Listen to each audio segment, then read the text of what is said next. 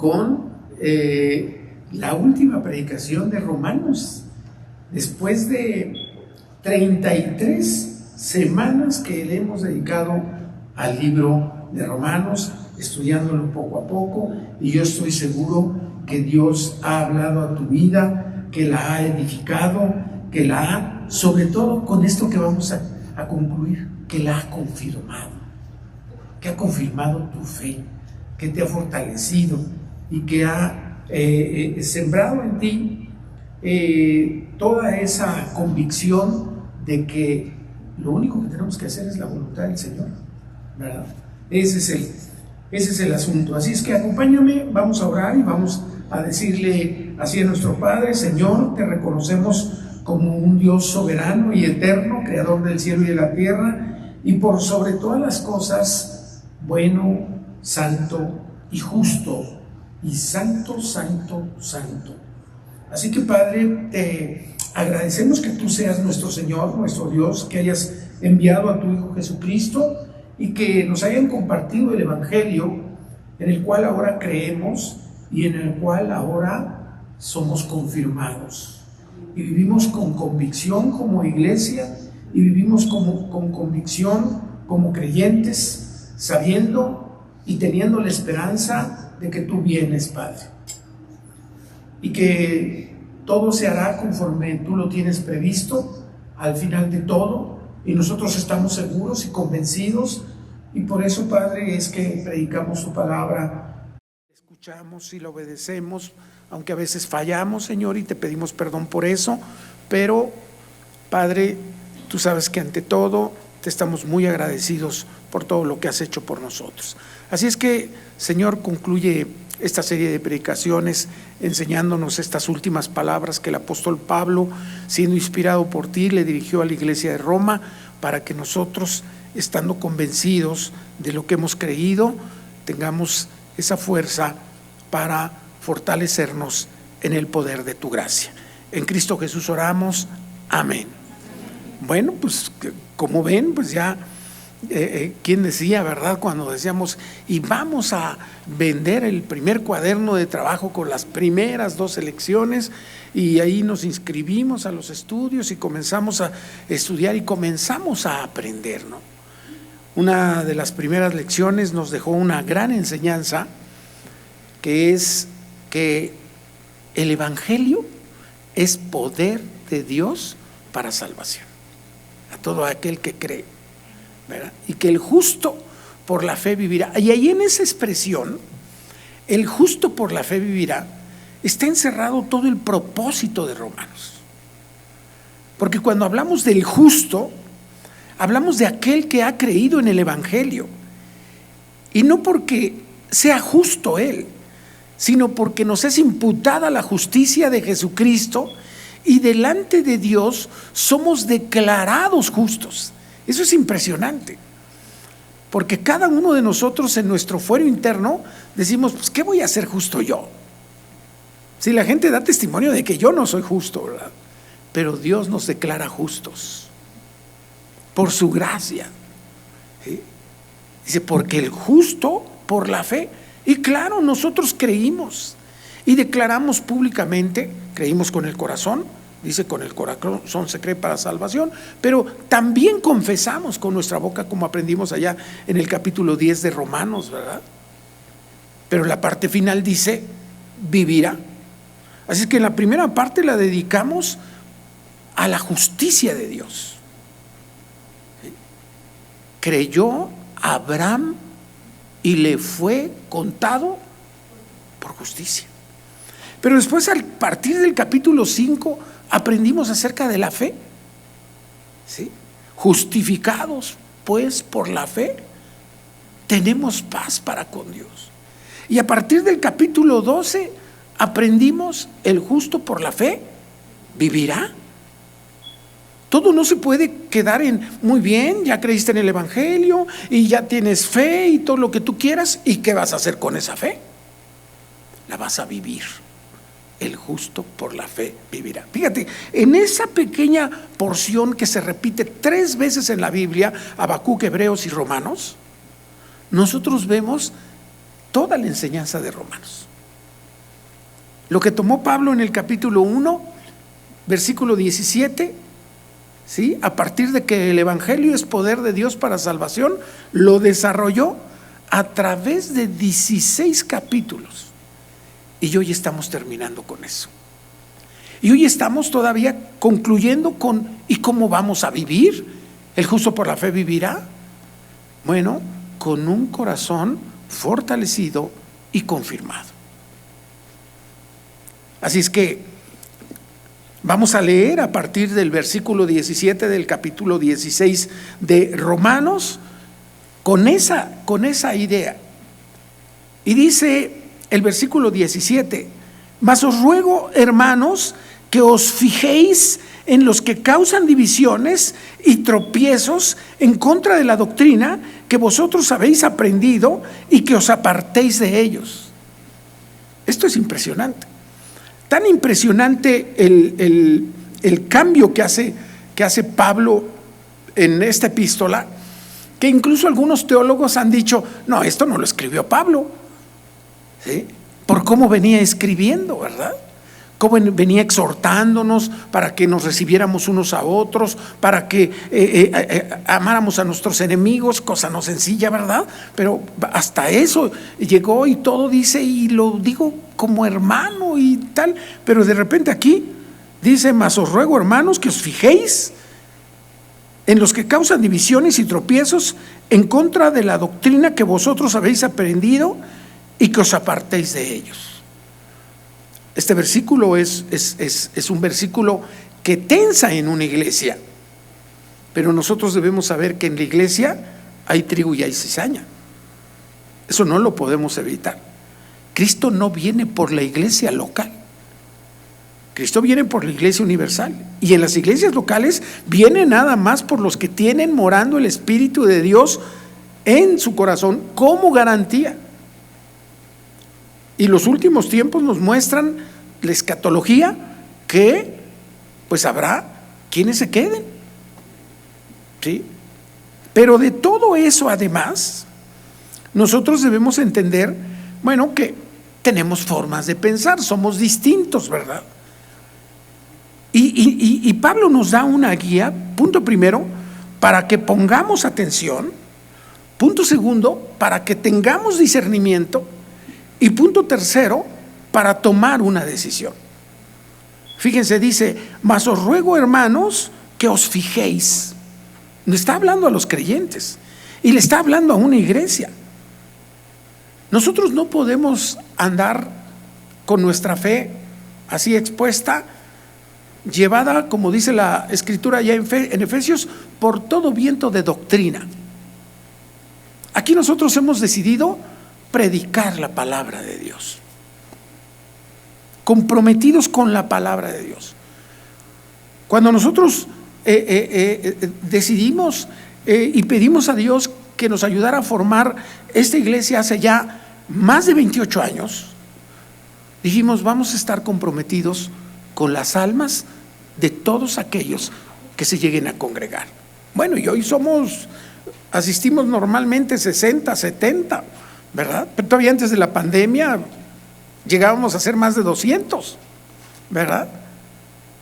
Y con todos ellos, y unos van y otros vienen, y unos crecen, algunos apostatan, otros de repente los encontramos ya dirigiendo una iglesia, gloria a Dios, pero siempre comprometidos con la sana doctrina que proviene de la palabra.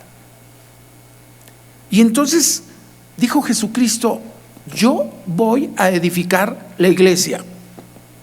Y entonces, ¿nosotros qué hacemos? Señor, nosotros somos tus siervos, tus instrumentos. Tú vas a decir lo que nosotros tenemos que hacer, no nosotros. Tú vas a decir lo que nosotros tenemos que hacer, porque tú nos quieres usar como instrumentos para edificar a tu iglesia.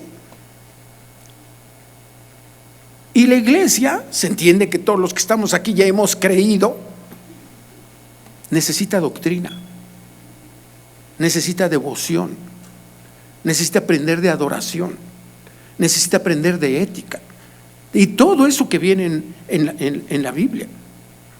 ¿Sí? Y por eso nos advierte Pablo: Mas os ruego, hermanos, que os fijéis en los que causan divisiones y tropiezos en contra de la doctrina. Pues sí, porque puede haber un hermano, incluso un hermano, que con no mala intención, sin embargo, genere una división o genere un tropiezo. Aquí la palabra es escándalo, escándala, de donde viene nuestra palabra escándalo. Y cada uno de nosotros tiene una responsabilidad: tener cuidado de no generar divisiones. Y segundo, de no ser tropiezo para los demás. Esa es nuestra responsabilidad. ¿Y por qué predicamos esto? Porque eso dice la palabra de Dios. Porque te voy a decir qué pasa en algunas iglesias. No, Luis, nosotros la verdad no predicamos del infierno. ¿Y por qué no? Si la Biblia te lleva a predicar del infierno, tú tienes que predicar del infierno. ¿Sí? Y cuando nos toca predicar de la justicia, predicamos de la justicia. Y cuando nos toca predicar del pecado, predicamos del pecado. Y cuando nos toca predicar estos temas, predicamos de estos temas.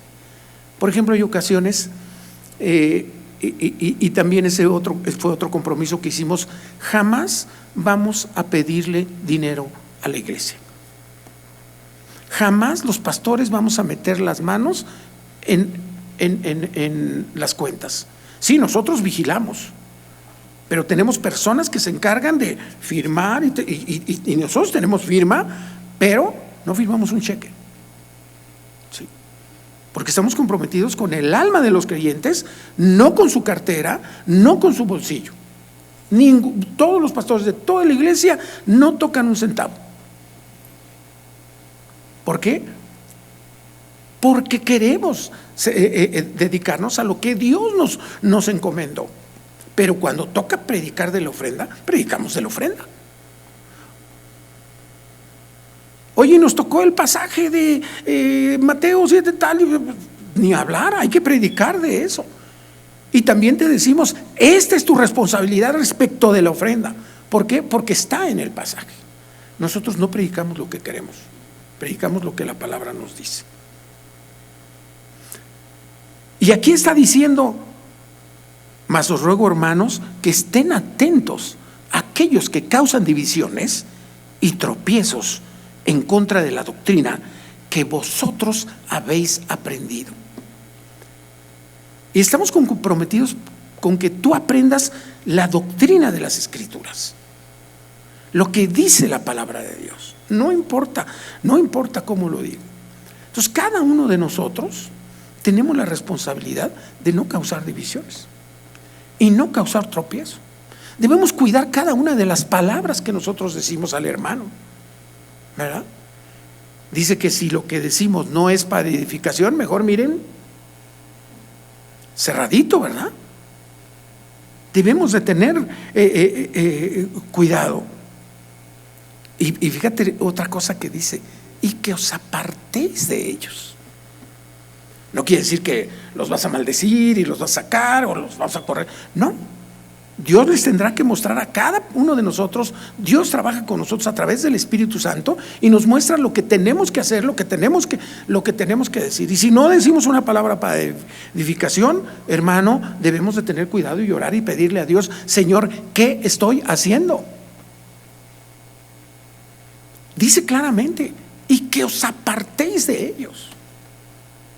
Alguna vez yo allí me acerqué a un grupo y una persona comenzó a hablar de otra persona. No, pero es que el hermano, ¿sabes lo que hice? Me separé del grupo sin hacer escándalo ni nada.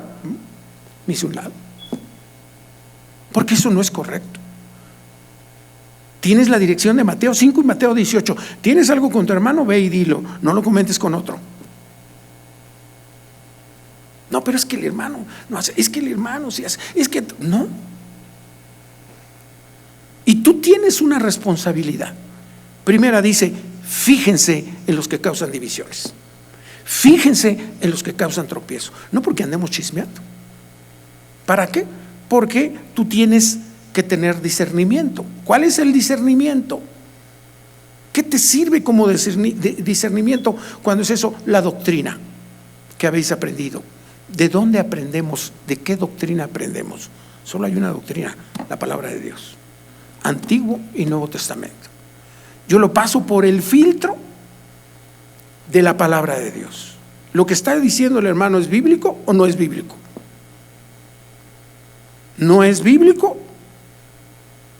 Obviamente no lo asimilo, ¿verdad?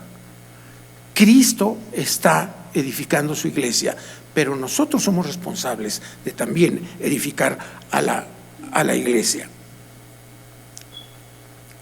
Y dice, y que os apartéis de ellos, que no permitas ese tipo de situaciones, pero no tienes incluso ni que exhortar al hermano ni nada. Lo único que tienes que hacer, ya empezado, me hago a un lado. Tan sencillo como eso. No tienes que decir, ay hermano, es que yo como soy. No hay que armar aspavientos. Simplemente ahí nos vemos. Y ni nos vemos, ¿verdad? Tampoco tenemos que satanizar ni criticar, porque eso también es incorrecto, ¿verdad? Simplemente dice, apártate, no seas participante de esas cosas. ¿Por qué? Aquí no los dice. Porque tales personas no sirven a nuestro Señor Jesucristo, sino a sus propios vientres. Obviamente esta es una comparación, ¿verdad?, que hace. Nosotros, en nuestro estómago, es un órgano que muestra nuestros deseos, ¿verdad? A veces ya no tenemos hambre, pero dicen, híjole, pero están re sabrosos esos tacos, y viene otro, pero ya no tienes hambre. ¿Sí? ¿Qué demuestra eso? Los deseos. Por eso dicen, ¿te apetece? ¿Te gusta? Los colombianos dicen, ¿te provoca? Fíjate la palabra que usan, ¿te provoca? Sí. Oye, ¿te provoca una soda? No, pues no me provoca, quiero una soda. Ahí es donde manifestamos nuestros deseos. Entonces dice que tales personas no sirven a Jesucristo, sino se sirven a sí mismos. Es decir, hacen lo que quieren. Tú imagínate que cuando pasáramos aquí, Alberto y yo, que estamos ahorita como pastores, porque Dios quiso nada más, ningún mérito tenemos, que pasáramos y que dijéramos, pues hermanos, hoy no me late este pasaje, les voy a predicar Juan 3:16. Pues está bien. ¿Eso vamos a hacer? Pues obvio que no. No predicamos lo que queremos, predicamos lo que la palabra de Dios nos dice, ¿sí? Y tratamos de ser fieles a la palabra. Yo sé que ustedes se dan cuenta que a veces nos falla, pero nuestro compromiso es mantenernos dentro de la palabra de Dios. Y no hacemos lo que queremos, ni lo que quieren otras personas, ¿sí? Solo porque les parece que es correcto. Pues no tienen ustedes idea cómo tienen que resistir los líderes, porque pues hay personas que sí ceden a lo que, mira, con tal de que estén contentos, no, eso nunca lo vamos a hacer. Al que tenemos que agradar es a Dios. Sí, sé que estudiamos ya que también hay que agradar a los hombres, ese es otro contexto, ¿sí? Dice, porque tales personas no sirven a nuestro Señor Jesucristo. ¿Qué somos nosotros de Jesucristo? Siervos, esclavos. Señor, ¿qué quieres que yo haga? Como dijo Pablo, ¿sí? Porque tales personas no sirven a nuestro Señor Jesucristo, sino se sirven a sí mismos, sirven a sus propios vientres. Y con suaves palabras y lisonjas engañan los corazones de los ingenuos. Y se pueden usar, dice que palabras suaves y lisonjas. Incluso tú puedes escuchar que alguien, como dice allá en Colosenses, te diga cuestiones que aparentemente tengan cierta reputación de espiritualidad. Ay, es que el hermano es bien espiritual. No, es que fíjate que yo no hago tal, yo hago tal. Si no es para edificación, quédatelo tú. Lo que tú quieres y lo que tú sientas, quédatelo tú. Y díselo a Dios. Y confía en Dios. ¿Sí? Porque con suaves palabras, y fíjate, lisonjas, ¿sí?, ¿qué hacen? Engañan los corazones, pero ¿de quiénes? De los ingenuos.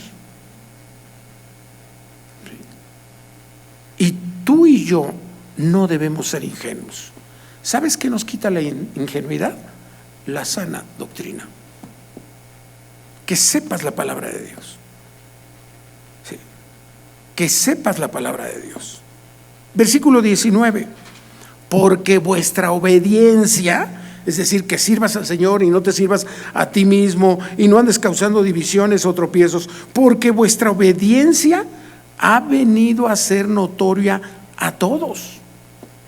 Se nota la obediencia que tenemos, hermano. Cada uno de nosotros. Porque vuestra obediencia ha venido a ser notoria a todos, así que me gozo de vosotros, pero quiero que seáis sabios para el bien e ingenuos para el mal. Fíjate lo que nos está diciendo. Dice, yo quiero que seas obediente y que esa obediencia que todo mundo conoce que tienes, te lleve a que seas sabio, entendido para el bien, pero ingenuo para el mal. Para el mal ni entiendo. Si alguien me quiere compartir del mal, híjole, no me digas que existe eso. Ay, ¿a poco eres tan ingenuo? Pues sí, sí soy ingenuo. Aunque a veces no lo somos, ¿eh? Somos muy listos. Pero dice, pero quiero que seas sabio para el bien. ¿Y dónde vamos a encontrar lo que es el bien? Aquí en la palabra de Dios, en la doctrina. ¿Sí? Toma lo bueno, desecha lo malo. Toma lo bueno, desecha lo malo. Entonces nosotros vemos en estos versículos que uno diría, bueno, ¿y todo esto qué tiene que ver con esta epístola? Acuérdate que le está escribiendo a una iglesia en donde había dos grupos, que podía haber más, de personas como que no empataban muy bien. Judíos cristianos y gentiles cristianos. Y les dice, recíbanse unos y otros. Sobre todo habla mucho a los judíos a partir del capítulo 9. Dice, porque los gentiles también son herederos de la promesa de Dios. Y lo que quiero es que sean uno, que estén unidos, que se reciban uno a otro, así como Cristo los recibió. Y eso nos habla de unidad. Bueno, pues nos sigue hablando de lo mismo. Nos sigue hablando de los que causan divisiones, de los que causan tropiezos, ¿sí? De los que alteran la doctrina, de los que son sabios para el mal e ingenuos para el bien. De todo eso nos está hablando. Está hablando de lo mismo. No rompamos la unidad. No rompamos la unidad. Ayer, para los que no estuvieron, tuvimos un ejemplo de gozo y unidad impresionante.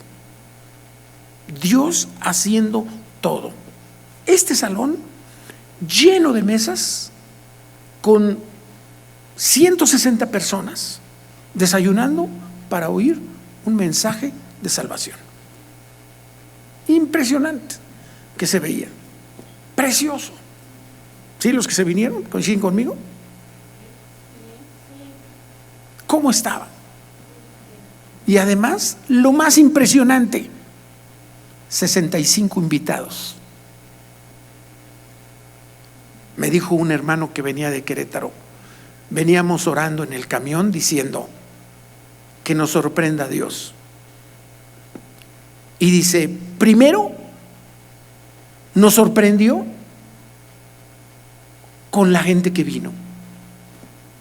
Segundo, nos sorprendió con el número de asistentes invitados. Cuando decían, ¿y quién viene? Lleno de manos. Y nos sorprendió en tercer lugar ver allá afuera, porque fue en este mismo salón, las mesas llenas de personas tomando mi primer estudio bíblico. Nos entregaron ayer 28 tarjetas de personas que llenaron esa tarjeta diciendo: me interesa el Evangelio. Y ayer predicamos el Evangelio porque de eso se trataba, por supuesto. ¿Sí? No iba a predicar esto, ¿verdad?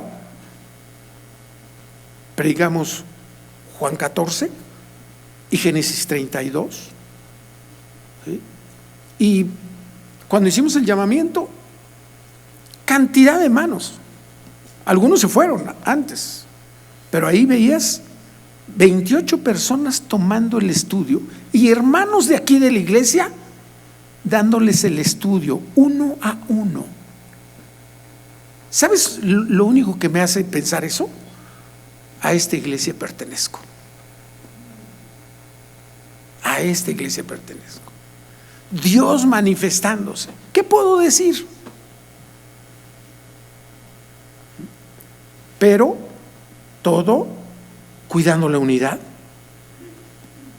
¿Cómo lo cuidas? ¿Está en la palabra de Dios? Si no está, no lo atiendo. ¿Glorifica a Jesucristo? ¿Sirve a Jesucristo? Sí lo atiendo. ¿No sirve? No lo atiendo. ¿Es para el bien? Lo atiendo. ¿No es para el bien? No lo atiendo. Aquí están estas 3 lecciones. Pablo les está diciendo: fíjate, primero que nada, lo que se está haciendo. Si es conforme a la palabra de Dios, obedece. Segundo, fíjate si sirve a Jesucristo, si lo glorifica. No, no lo atiendas. Fíjate si es para lo bueno, como dice allá en Filipenses. Dice que hagas todo lo bueno, todo lo que es de buen nombre, todo lo justo. Dice: porque vuestra obediencia ha venido a ser notoria a todos, así que me gozo de vosotros, pero quiero que seáis sabios para el bien e ingenuos para el mal. Versículo 20. Y el Dios de paz, fíjate, esto es impresionante. Y el Dios de paz aplastará en breve a Satanás bajo vuestros pies. ¿Qué hacemos nosotros? ¿Cómo vivimos? Esperando a Jesucristo y esperando que Él venga. Ahorita Satanás está en acción en el mundo. Él gobierna este siglo. Todo el mundo está gobernado por Satanás. ¿Y qué vamos a hacer nosotros? Dicen: y tú invoca y ata a Satanás y pisa a Satanás. No, déjame decirte, Satanás está vencido y él lo sabe, pero no quiere aceptar su derrota y por eso quiere devorar mucha gente. Pero ve cómo dice el versículo: y el Dios de paz. Porque pase lo que pase, tú y yo estamos tranquilos, porque Dios ya venció a Satanás. Y el Dios de paz aplastará en breve. ¿Cuánto es en breve? Yo no lo sé. Oye, Luis, pero me voy a morir y no viene Jesucristo. ¿Y? Le vamos a hacer como los que vivían en la zona de Galacia, ya con Pedro, que decían: oye, pues como que ya no vino, ¿no? ¿Qué les contestó? Para Dios, un día son como 1000 años y 1000 años como un día. Así es que yo te puedo decir: ¿sabes cuándo viene, hermano? Mañana. O sea, dentro de 1000 años te puedes morir 10 veces y no va a venir. Pero ¿sabes qué? Él nos va a rescatar. Él viene por nosotros, no importa dónde tiraron las cenizas, Él viene por nosotros. Y el Dios de paz aplastará en breve a Satanás bajo nuestros pies. Porque vamos a estar reinando con Jesucristo. Y la Escritura dice que Satanás será puesto por estrado de los pies de Jesucristo. Y ve otra palabra que usa: la gracia de nuestro Señor Jesucristo sea con vosotros. ¿Cómo debemos vivir las iglesias? En paz y en gracia. En paz, porque no te importa, Satanás, nosotros esperamos el futuro y en el futuro Él se va a aplicar el juicio en Él que ya está decretado. La gracia de nuestro Señor Jesucristo sea con nosotros. ¿Qué es la gracia? Ese regalo inmerecido por el cual tenemos vida, y tenemos vida en abundancia.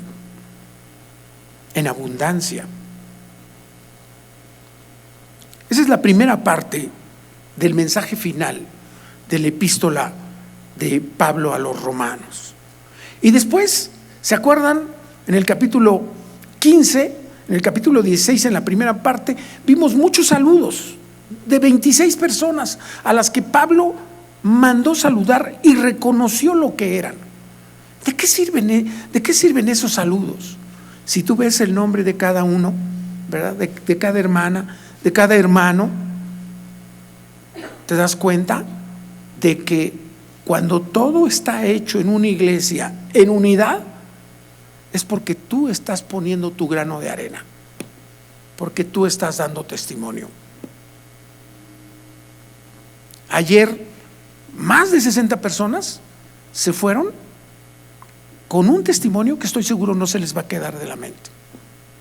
Una persona invitada que estaba en la mesa donde yo estaba, dijo: ay, pero qué bonito evento.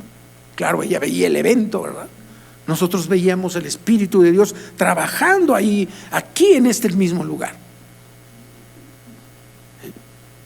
Y ellos no se les va a olvidar. Otro joven que estaba ahí en la mesa dijo: ¿y cada cuándo hacen esto? Pues de vez en cuando, pero cada domingo estamos aquí. Cada domingo vienen, sí, cada domingo estamos aquí. Y tú eres un ejemplo de esas personas a las que mandó saludar Pablo. El que no es hospedador es fiel, el que no es fiel es diligente, servidor, tantas características que tienen. Y yo prefiero ver hacia lo bueno de cada uno de ustedes. Y ayer por eso me gocé. Y me sigo gozando de eso. Pero ahora ya no se trata de que Pablo manda a saludar, sino ahora manda saludos de parte hacia la iglesia de otras personas que están con él. Versículo 21: os saludan Timoteo, mi colaborador. ¿Qué necesita decir de Timoteo? ¿Qué más? ¿Qué es un colaborador? Alguien que trabaja conmigo.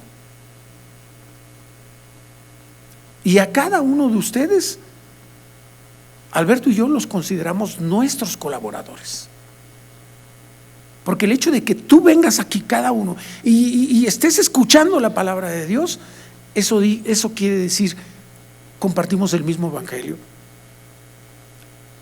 compartimos la misma fe, el mismo Señor, la misma palabra, y eso nos anima.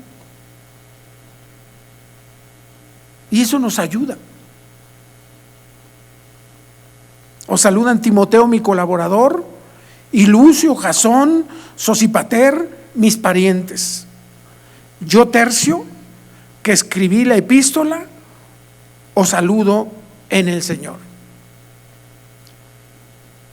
Porque todo esto parecería decir: oye, Luis, ¿y para qué hicieron una lección de esto? Os saludo en el Señor. ¿Cómo saludas a los hermanos? Chócalas, ¿así los saludas? ¿O les dices: el Señor te bendiga, el Señor es contigo? Y cuando decimos eso, ¿no sabes que hay personas la importancia que tiene para su vida espiritual?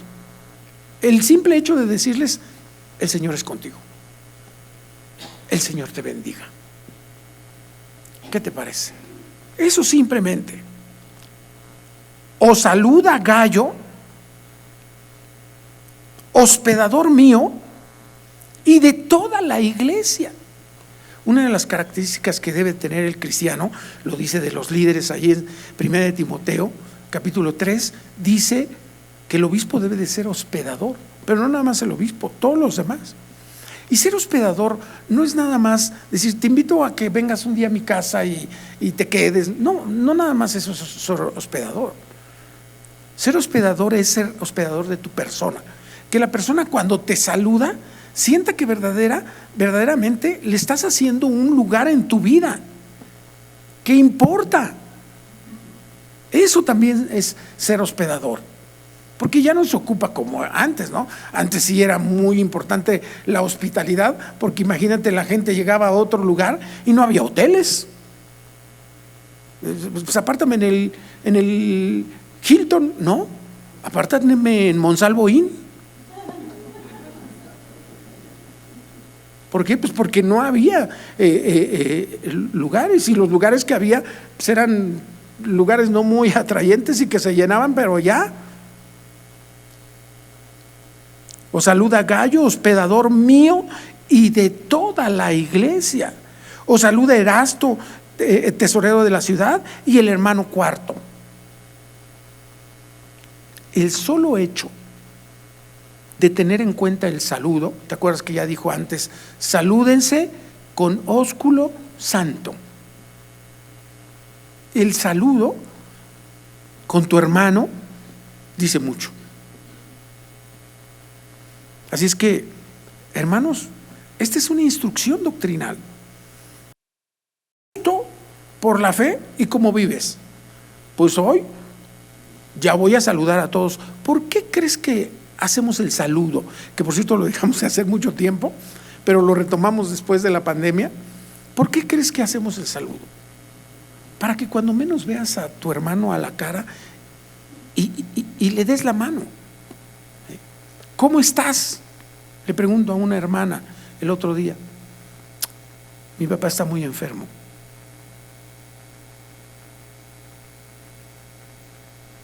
¿Qué le iba a decir a esa hermana? ¡Qué bueno! ¿Cómo saludo? Tan solo con que saludes no tienes la idea de las cosas que te vas a enterar. Porque a veces luego nada más saludamos, cuentan aquel famoso saludo en la Casa Blanca, en donde un diplomático hizo una prueba a todos les preguntaba, saludaba y le preguntaban, ¿cómo está? Y a todos les decía, ayer acabo de ahorcar a mi suegra. Y todos, muy bien, qué bueno, padre. No atendían, no les interesaba. El saludo entre los hermanos es una muestra de interés, hermanos. Por eso está aquí. Y viene la tercera parte del estudio de esta semana, ¿verdad?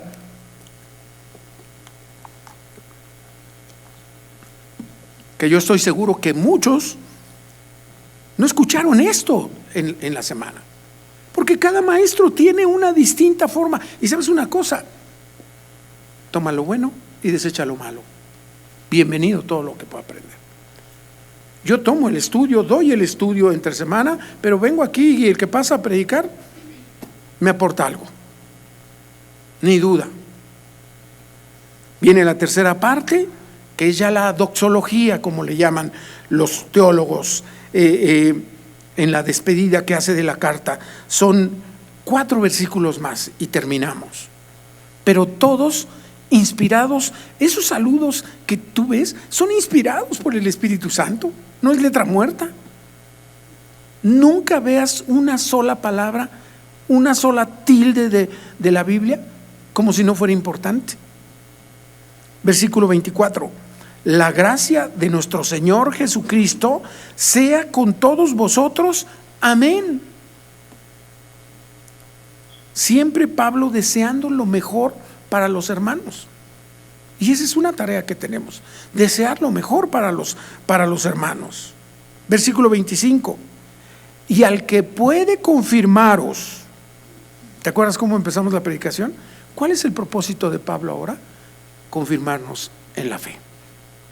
Y al que puede confirmaros según mi evangelio y la predicación de Jesucristo, según la revelación del misterio que se ha mantenido oculto desde tiempos eternos, pero que ha sido manifestado ahora, y que por las escrituras de los profetas, según el mandamiento del Dios eterno, se ha dado a conocer ¿a quién?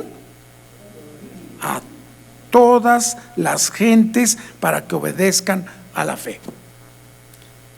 Pablo termina con: no quiero irme sin dejar constancia de que todo esto que se ha escrito es para fortalecerlos en su fe, porque el evangelio y la predicación, como dice aquí, tienen poder para confirmarnos. Ya habló de que el evangelio es poder de Dios para salvación. Ahora lo que nos está diciendo, pues es poder para santificación también. ¿Y qué vamos a predicar? La santificación. Y la iglesia necesita ser confirmada. Por eso dice: y al que puede confirmaros según mi evangelio y la predicación de Jesucristo. ¿Sabes cómo confirmamos nosotros la fe de la iglesia? Con el evangelio y con la predicación. Ahora, déjame decirte que el evangelio tiene 3 momentos: el pasado, el presente y el futuro. El evangelio para salvación, el evangelio para santificación y el evangelio para glorificación. Y tú debes de estar confirmado en esos 3 aspectos. ¿A través de qué? De la predicación de Jesucristo. ¿Por qué? Porque nos ha sido revelado ese misterio que se había mantenido oculto en tiempos eternos. ¿A qué misterio se referirá? Porque ya lo estudiaron en la semana, seguro saben a qué misterio se referirá. ¿No les dijeron que había hoy examen? ¿A qué misterio se referirá? Lo dice el versículo que sigue. Pero que ha sido manifestado ahora, ese misterio ya fue manifestado en estos tiempos. Y que por las escrituras de los profetas, ¿qué decían los profetas? Según el mandamiento del Dios eterno, se ha dado a conocer a todas las gentes. ¿Sabes cuál es ese misterio? Que los gentiles forman parte de la familia de Dios, como dice el capítulo 2 y 3 de Efesios. Y que se derribó la barrera y que todos somos uno y conformamos la iglesia de Dios, y que en el capítulo 9 le dijo a los judíos: Dios ha fallado en su promesa en ninguna manera, porque claramente le dijo a Abraham: en ti serán benditas todas las naciones, todas las gentes. De modo que también ellos son destinatarios del evangelio. Hechos 11. Sí, nosotros también. Se ha dado a conocer a todas las gentes. ¿Y para qué? Dice ya el capítulo 6, versículo 7 de Romanos: gracias a Dios que obedeciste a esta forma de doctrina para salvación. Se ha dado a conocer a todas las gentes. ¿Para qué? Para que obedezcan la fe. Ayer se predicó el evangelio y muchas personas, todas gentiles, no vi ni un judío, dijeron: quiero obedecer esa fe. Yo quiero ver. ¿Quién de ustedes quiere recibir a Jesucristo como Señor y Salvador? ¡Bum! Las manos arriba. Impresionante. ¿Y quién quiere tomar el primer estudio bíblico allá? Y los hermanos bien comprometidos, enseñándoles ahí con un folleto cómo es el evangelio. ¿Qué dice eso de nuestra iglesia? Eso habla bien de que estamos rindiendo cuentas a Dios. Termina último versículo de Romanos: al único y sabio Dios sea gloria mediante Jesucristo para siempre. Amén. Oremos. Señor bendito, gracias por tu palabra. Gracias, Señor, porque tú nos has dejado tu palabra. Porque cuando predicamos tu palabra, te predicamos a ti, Señor. Porque cuando leemos tu palabra, te estamos escuchando a ti, Señor. No queremos escucharnos a nosotros. No queremos saber lo que nosotros queremos. Queremos saber lo que tú quieres. Te queremos decir, como Pablo: ¿qué quieres que yo haga, Señor? al único y sabio Dios, sea gloria mediante Jesucristo para siempre. Qué palabra, Señor. Amén y amén. Gracias, Señor. Gracias por todo este estudio que nos diste. Gracias por tu palabra y gracias también por esta iglesia que tú nos has dado. En Cristo Jesús. Amén. Gracias, hermanos.